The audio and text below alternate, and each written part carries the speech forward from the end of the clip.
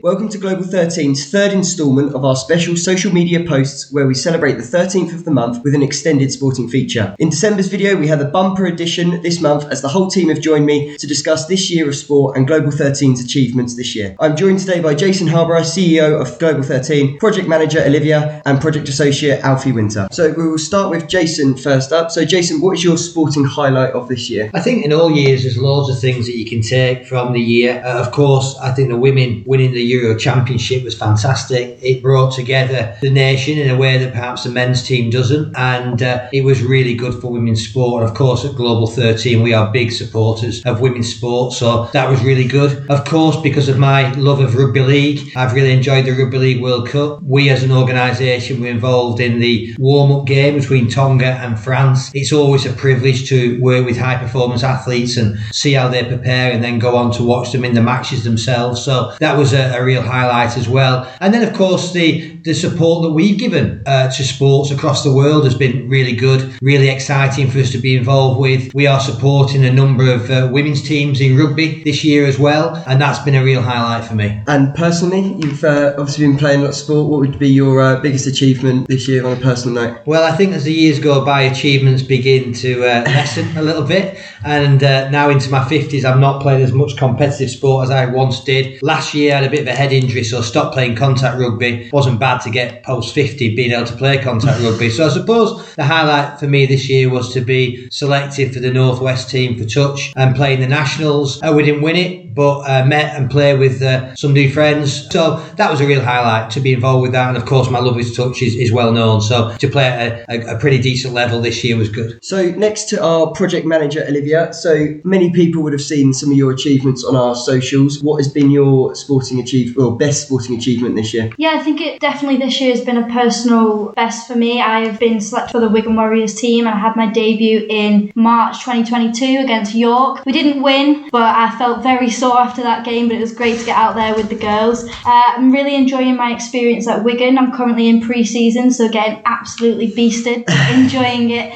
it nonetheless. Brilliant. And then off the pitch, obviously there's been lots of activities going on. In March, Global Beach Sports hosted their first event at Fylde on the beaches at St Anne's. What was your most rewarding and your best achievement from that day or that weekend? Yeah, definitely. That weekend was actually the weekend I debuted as well, so it was a very busy weekend for me. The beach concept came together during lockdown, and to see it come to life during that weekend was absolutely brilliant. I think one of my highlights was definitely seeing families down on the beach enjoying the sand, enjoying being together. It was actually Mother's Day as well, so you won't believe how competitive mothers actually get for a little medal and a sticker, but it was great, and it was great to get the families out there together. I think that sums it up, doesn't it? The events that we're looking forward to putting on next year, that they're all about the family and the community and everyone getting involved. I think that's the kind of principle behind it, isn't it? Yeah, absolutely. I think one of the things we've forgotten at times in the UK is how to enjoy ourselves with each other and with other families. The pandemic obviously had an effect on that, but we'd all got a little bit preoccupied by digital media and playing on our phones and our games machines and things, and the good old traditional sports day have been left behind. It's amazing when you bring that back in front of people how much they enjoy it, and as Liv just said there, we have mums, dads, grandmas, granddads, aunties and uncles, kids of all ages playing sport at all different levels on the beach, and that's what we want to do in 2023 as well, is take that concept to more beaches,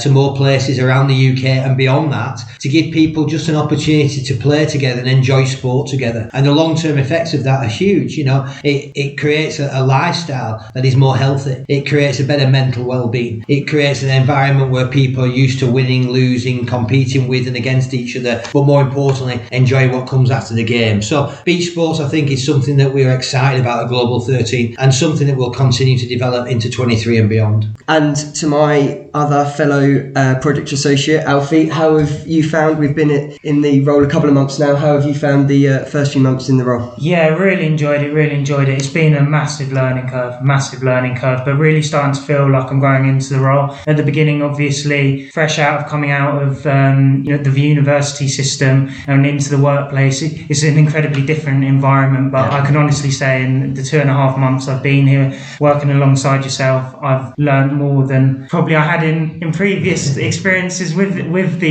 university and education system, but really enjoying it, to be in a role with so many exciting projects, so many exciting events coming up, and really feeling like I'm a centre part of that, and being able to work so closely with the rest of the team. It's made the whole experience really enjoyable, and I'm excited for what's to come moving forward as well, like some of the guys have discussed with the beach events that we've got planned. Can't wait to kind of see some of the hard work that we've been putting in over the last few months come into kind of fruition. Yeah, me too. It's the broad and the depth of the projects we work on is really insightful, isn't it? And we have a lot of responsibility, which is brilliant. So good. And what about the favourite sporting moment of this year? Playing, watching? What would it be? Playing. So my more competitive days as a sportsman have kind of come to an end now. It's just some fun 5-a-sides during the week and 11-a-side on the weekend. But I play for my Sunday league team, and we've had a good season. We've just started the new season,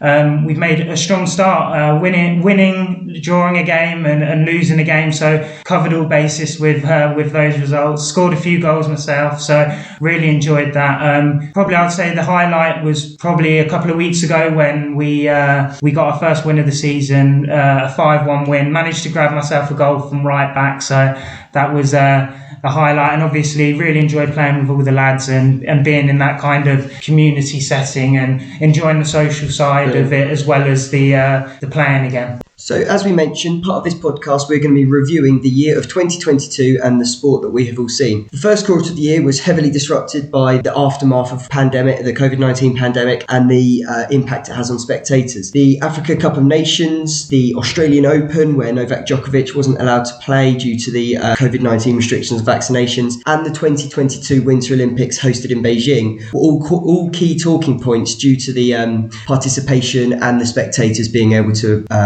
take place. So what are your thoughts, Jason, on it's a good side, we're out of it now. I think it's great to have spectators back into stadiums and watching events, but that start of the year was quite a tough part of the year, certainly for sports athletes and organisers to get the events up and running. Yeah, I think it was an extended period of challenge for the elite performance athletes. Of course, many events were actually cancelled. The Rugby League World Cup was put off by a year. Other events have been put off during the COVID itself. I think for me, the positive from the early part of the year was at least we were getting these major championships and events back on, and people were actually going to watch them. I think in history, we'll forget that there was the challenges, which is still very, very relevant to us now. I think the Winter Olympics came and went without having too big an impact. I think that's probably because as a nation, we're not necessarily a great winter sport nation, so we don't win a lot of medals. So I don't think there's hugely memorable moments for us there. The African Cup, I think, was very interesting from my perspective in the fact that this has been a tournament that's gone on for many years. It's been a tournament we at Global 13 have done a little bit of work behind the scenes on, but it's one which began to really capture the imagination when the European-based stars are playing in the top team. So, of course, Mo Salah of Egypt, captain of Egypt, and Mane of Senegal. Of course, they were the fantastic strike partnership of Liverpool that took them to so much success last year. And the fact that they played off in the final, I think it even went to penalties. I think Salah even missed a penalty or in the main game. And of course, Egypt went out. That was a fantastic tournament. I think did a lot for African football. So really, really positive. I agree, and I think it was a turning point. Before, there's been a lot of talk about the disruption to the Premier League and the major European leagues, but I think finally it's becoming a tournament in its own right, and people are starting to move on, which is good for sport, isn't it? So yeah, I think the next step, and we've done some work on this as well, is the Asia Cup. And I think the World Cup that is just honours is really interesting because it's been hosted in an Asian country in the Middle East, in Qatar, and we will see how the teams do. But it's great to see Saudi Arabia in the World Cup finals as well. And a strong Asia Cup will make a stronger World Cup. 100%. And it will make it a much more competitive tournament moving forward. So it might seem a long time ago, but that was a snip of the first quarter of the year. If we then look at the middle, which might be more fresh in people's minds, we talk about the summer. So we had Wimbledon, and the Women's Euros, I think, was the key standout, certainly from the English point of view. I think if there's ever going to be a turning point for women's sport, I think that certainly in football, it's going to be the Euros win, isn't it? Absolutely. I mean, massive fan of women's sport. And, I was coaching elite women's teams in the late 80s when really there were some real challenges in this country about attitude, assets, respect for women athletes. I've never got it. I've never understood why people treat female athletes different to male athletes. Look, I understand, we do a lot of advisory work around this, that there's different commercial values in sport. But it's not just across gender, it's also across sports as well. And I think it's a gross generalisation when women are subjected to being almost like the second-class citizens of top-level sport. So the Euros did a fantastic job for women's football. What concerns me about that, though, is that it was fantastic. There was a lot of people attended. There was loads of interest. There's increased interest on broadcast now, which is good, but there are still not many people watching the games. There is still not commercial investment going into the women's game perhaps as much as there should be. So I think it's incumbent on those who are leading the major football associations and organisations across the world that they perhaps mandate Premier League football teams and people like that to put more money into the women's game. I completely agree. I think hopefully it's the start of a very long, very successful journey like we see in other aspects of sport. And I think that's it's a nice leading point into another of the major tournaments we had in October, the Rugby League World Cup. Lots being spoken about, a lot of games being played in quite a short period of time at the end of the season, which is unusual for rugby league. One thing I'd talk about is maybe the one-sided games we saw, the attendances of some of the games at the earliest stage of the tournament, maybe not quite where the organisers would like them to be. Of course, this could be at the start of a journey as well, but I think there's a lot of growth in rugby league to maybe get the same attendances, the same contests that we see in the semi-final. Australia-New Zealand, it was one of the best games of rugby, let alone just rugby league, but we need that in the group stages, don't we? We need that from the first day through to the final. It's a real tough one. Rugby league and combat sports like rugby league, rugby union being the same, you're defending a line that's 80 metres long and you've got 13 or 15 players. And if you have the same situation where you have the Kangaroos being the best playing nation in the world playing against a team like Italy where it's made up of part-time professionals, you're going to get big scores. It's the same in the Rugby Union World Cup as well. You'll get it in football. You know, a 3 or 4-0 win in football is a massive defeat. It's just that the goal is so small and it's much easier to defend. Look, I have some pretty strong opinions on this, having been involved with rugby league for a long time. Firstly, I think the international game needs more of a platform and we need to play more international sport. It's what develops your games. I think what the Rugby League World Cup organisers have done is really good. I think sometimes in rugby league we're completely preoccupied by attendances in the ground. What is going missed on this tournament is every game's been on television, free. No one's had to pay to watch it because it's been on free-to-air broadcast. And more people have watched rugby league in the last 4 or 5 weeks than have ever watched rugby league. What's also been good for the Rugby League World Cup is that it's been different formats. We've had the women's game, the men's game, we've had the physical disability games, and we've had the wheelchair rugby league, which is an absolute sensation, which people are really loving. I think one of the things that rugby league has got to do on the back of this, and again, it's down to the organisations that lead it, there's a lot of talk in rugby league, is to make sure we have a proper international window, that we have international competition between tier 1 and tier 2 nations that happens, that we know that this time next year X team's playing Y team. It's great to see that England have already announced to play in France in the early part of next year. So I think let's not get too preoccupied by attendances, let's not get too preoccupied about big scores, that's always going to happen. Let's take the positives, which has been great international competition, lots of people watching rugby league for the first time,